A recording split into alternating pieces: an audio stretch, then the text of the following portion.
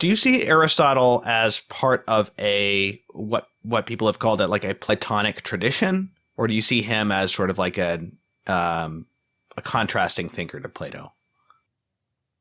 Well, he's both. Lloyd Gerson, who's up at Toronto, wrote a book called Aristotle and Other Platonists, deliberately titled in a provocative way. And I think he's right in many respects, right? What is involved in being a Platonist?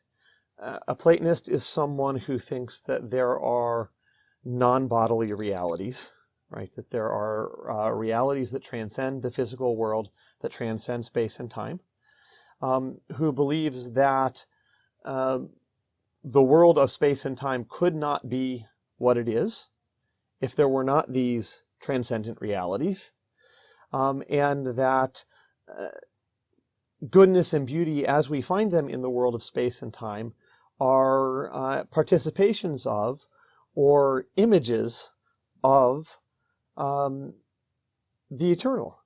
And Aristotle accepts all of those premises. He doesn't like the word participation.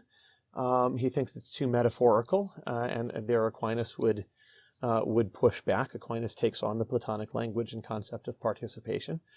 But Aristotle is basically on the side of those who believe in the spiritual and the eternal, right? As opposed to those who think that everything can be defined in terms of the material and the changing. On the other hand, Aristotle differs from Plato, both in his genius and in his conclusions, in ways that are sometimes to his advantage and sometimes to his disadvantage, right? In Aristotle, you get a more adequate understanding of, in various respects, of our embodiment, as I was saying before, of the fact that we belong to the natural world, that we fit within it while also in a certain way transcending it. A taking seriously of ordinary human experience in a way that, as you pointed out earlier, we don't find in Plato. So Aristotle is an earthier, more human thinker in a variety of ways that can be to his advantage. But Aristotle is also, I hate to draw on Marx's vocabulary here, but he's a bourgeois thinker by comparison with Plato. Plato's a radical, and Aristotle is much less radical. So Plato, the whole spirit of Platonic thought is to unite oneself to that which is the highest at any cost at all, right? And there's this sense of wanting to just cut through everything that is secondary and devote oneself entirely to the pursuit of that which is highest. And Aristotle accepts his humanity much more thoroughly, and the pursuit of the good has this sort of slow, steady character rather than the kind of radical character that it has in Plato. And you might even call that a cooling of love in certain respects. That in the way that it comes about, and so I don't think one can really live without either of them. Do you think Plato is more of a mystic than Aristotle? Plato's certainly more of a mystic than Aristotle. I wouldn't want to say that Aristotle isn't in some sense, but